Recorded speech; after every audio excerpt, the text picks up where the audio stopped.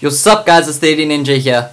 I've got a thumbnail, as I hope you've noticed. I apologize if it's not there. I should be able to get it up soon, or else it's there now if you're watching this when it's up. Today guys, I'm going to show you how to do a render. Whoops, I don't want to edit that. There we go. So, what a render is, it's basically like how everything is shown. So, the blocks. You have a load of blocks, but to actually render them in 3D, you've got to create a render. So if you go here, you go to render blocks, and it's just a load of complicated maths and all this sort of stuff, and it's probably the hardest part of coding, at least for Minecraft and for me. It's just a really massive long class of how the sides are rendered. So there will be the top of a grass block, the bottom, the sides and all that, and it's quite complicated. However, thank God for Notch, who created an already made render, and all we have to do is extend it, eh? I mean, imagine, look how nice he is. All he's done is he's created a render cow, and he's just created a few methods, and all it does is extends render living. So what we're going to do is we're going to do the same thing. And what we want to do is we just want to go new class and net Minecraft sources, and we just want to go render, what is it, monkey. So we go finish, da da da da da da da da, and all it has to do is extends render, whoops, living. Look how easy that was. Now we've already got most of the render out the way. All we gotta do is write in this little bit of code. Now guys, coders are lazy. Just what you gotta do is you just gotta take that whole thing. You go command copy or control copy if you have a Mac or a PC, and you just go here and you go paste. And since I like a certain style of coding, I usually do this, and it's simply just because of how I code. Now we'll be going through all these methods soon, so let me just fix all this up now, and then I'll go through it. So there we go. So what we want to do is, this is our constructor. Now we're not a render cow, we are a render monkey, and all it does is it takes a model and a float. And like I said before, remember when we went here and we said new model, and then we had the 0.5f? Yes? So we made our render, and it was a model, and then a float, yeah? And so what we're going to be doing is we're going to be changing this new render at this moment.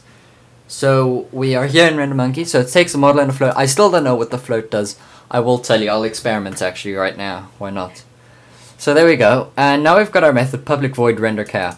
Now, this is a custom made method.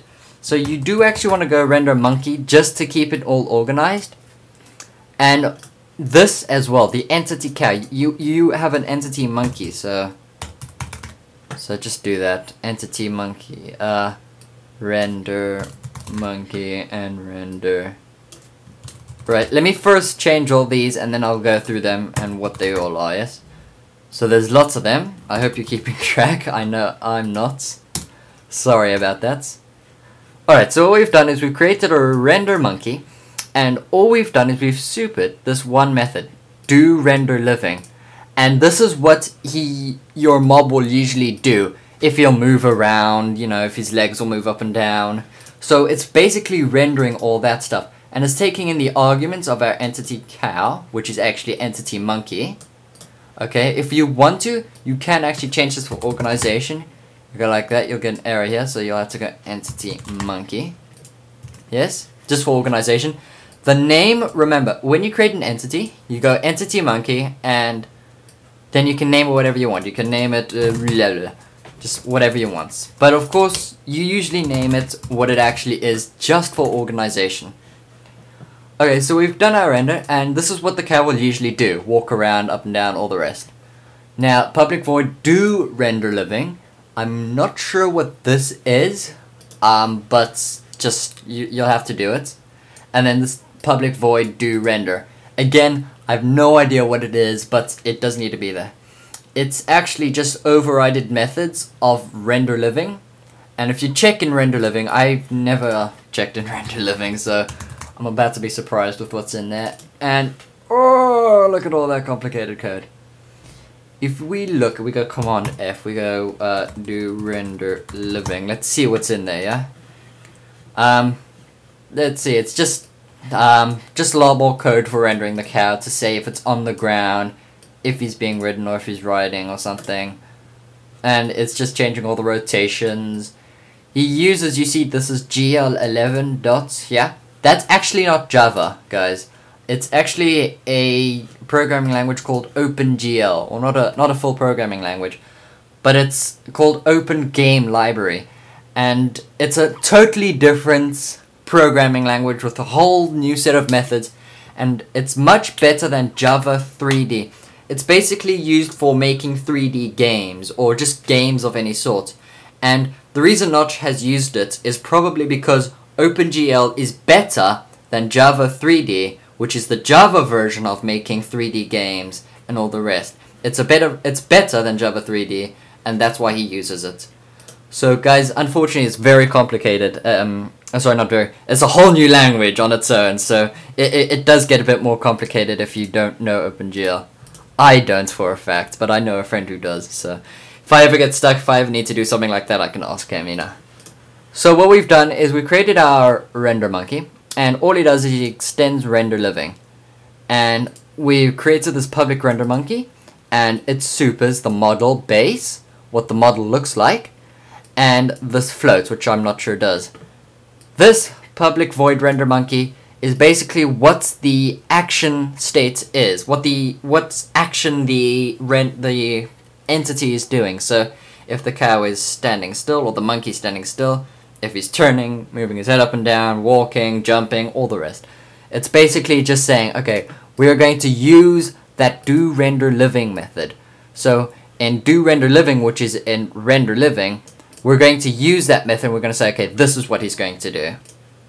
And then we have this, and we have this, and I'm not sure what they do, but they're also to do with rendering the cow and all the rest.